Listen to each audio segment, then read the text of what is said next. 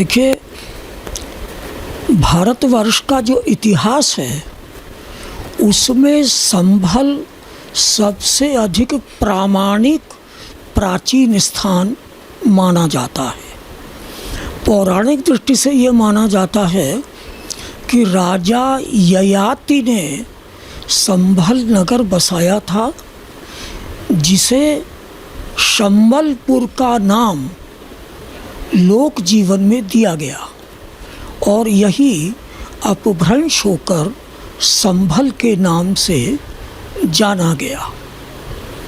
Gazetteers में जो जानकारी हमें दी गई है उसमें ये बताया जाता है कि इंदौर की महारानी अहिल्याबाई होलकर ने इसका जीर्णोद्धार कराया था और गजेटियर ही ये बताता है कि इसे आगे चलकर मस्जिद में परिवर्तित कर दिया गया, जिसे आज भी हम संभल की जामा मस्जिद के रूप में जानते हैं। ऐतिहासिक दृष्टि से एक और भी बात है, मुरादाबाद शहर उस समय चौपला के नाम से जाना जाता था। यहाँ के राजा का नाम था ठाकुर राम सुख कटेहरिया।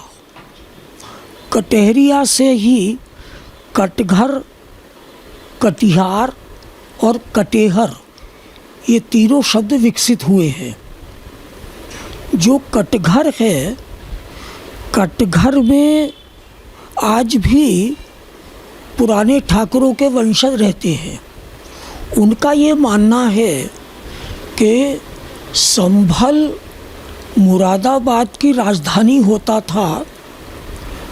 मुरादाबाद बाद में नगर के रूप में विकसित हुआ और इसका नाम मुरादाबाद पड़ा, लेकिन पुराना नाम संबलपुर, जिसे हमने संभल कहा, वही माना जाता है।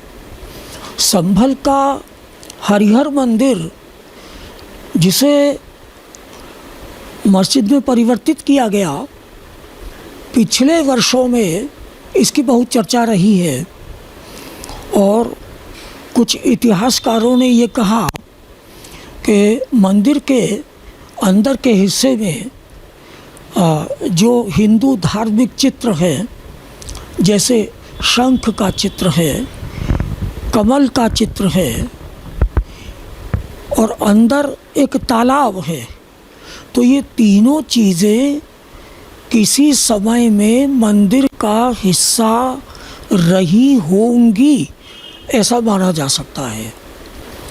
शासकों का अंतर होने से धार्मिक व्यवस्था, सामाजिक व्यवस्था ये लगातार बदलती रही है और शासकों ने हमेशा प्रजा में फूट डालो और राज्य करो, इस सिद्धांत का व्यावहारिक नीति के रूप में पालन किया। हम आज ये दावे से नहीं कह सकते क्योंकि ये विवादास्पद है, सांप्रदायिक विद्वेष पैदा करने वाला विषय है और फिर सबसे बड़ी बात ये है कि इसको किसी भी रूप में मंदिर प्रमाणित करने के लिए हमें इतिहास के जानकार चाहिए, हमें पुरातत्ववेत्ताओं की आवश्यकता है और हमें जो भारत में हमारी संस्कृति में देव परंपरा का विकास हुआ है, इस पर डॉक्टर संपूर्णानंद जी ने एक बहुत अच्छी पुस्तक लिखी है। 1968 के गजेटियर में यही कहा गया है कि यह किसी समय मंदिर था, कालांतर में इसको मस्जिद में परिवर्तित कर दिया गया और ये भी बताते हैं कि आने वाले समय में जो मुरादाबाद के शासक हुए, उन शासकों ने राजाओं के कहने पर इसमें कोई परिवर्तन नहीं किया। राजाओं का अर्थ यहाँ मुस्लिम शासकों से है। संभल के पास में बिलारी है। बिलारी में एक नदी का नाम है अरिल। अभी जो मुरादाबाद के वर्तमान कमिश्नर हैं, उस अरिल नदी का जीर्णोद्धार कराया और उसमें खुदाई के बाद स्वतः पानी प्रवाहित होने लगा। वो अरिल नदी बिलारी में बताई जाती है। कहते हैं कि सत्यवान सावित्री वहीं के रहने वाले थे। यानी कि ये जो सारा क्षेत्र है, ये हमारी देव परंपरा के विकास से, हमारी पूजा पद्धति से जुड़ा हुआ है। लेकिन शासकों के अनुसार यहाँ जब मंदिर को मस्जिद का रूप दिया गया, उसे बाद में मंदिर नहीं कहा जा सकता। आज वो संभल की शाही मस्जिद के रूप में हम उसे जानते हैं। स्टेट में जो पेरेंटिया जारी हुआ था, उस वक्त अगर बात करें तो किसकी गवर्नमेंट थी? 1968 में तो कांग्रेस की गवर्नमेंट थी। और कांग्रेस जैसी आज की नीतियां हैं, हम देख रहे हैं कि हिंदू धर्म के विरुद्ध उनका मत अधिक प्रखर होता है और दूसरे विषयों में वे शांत रहना पसंद करते हैं।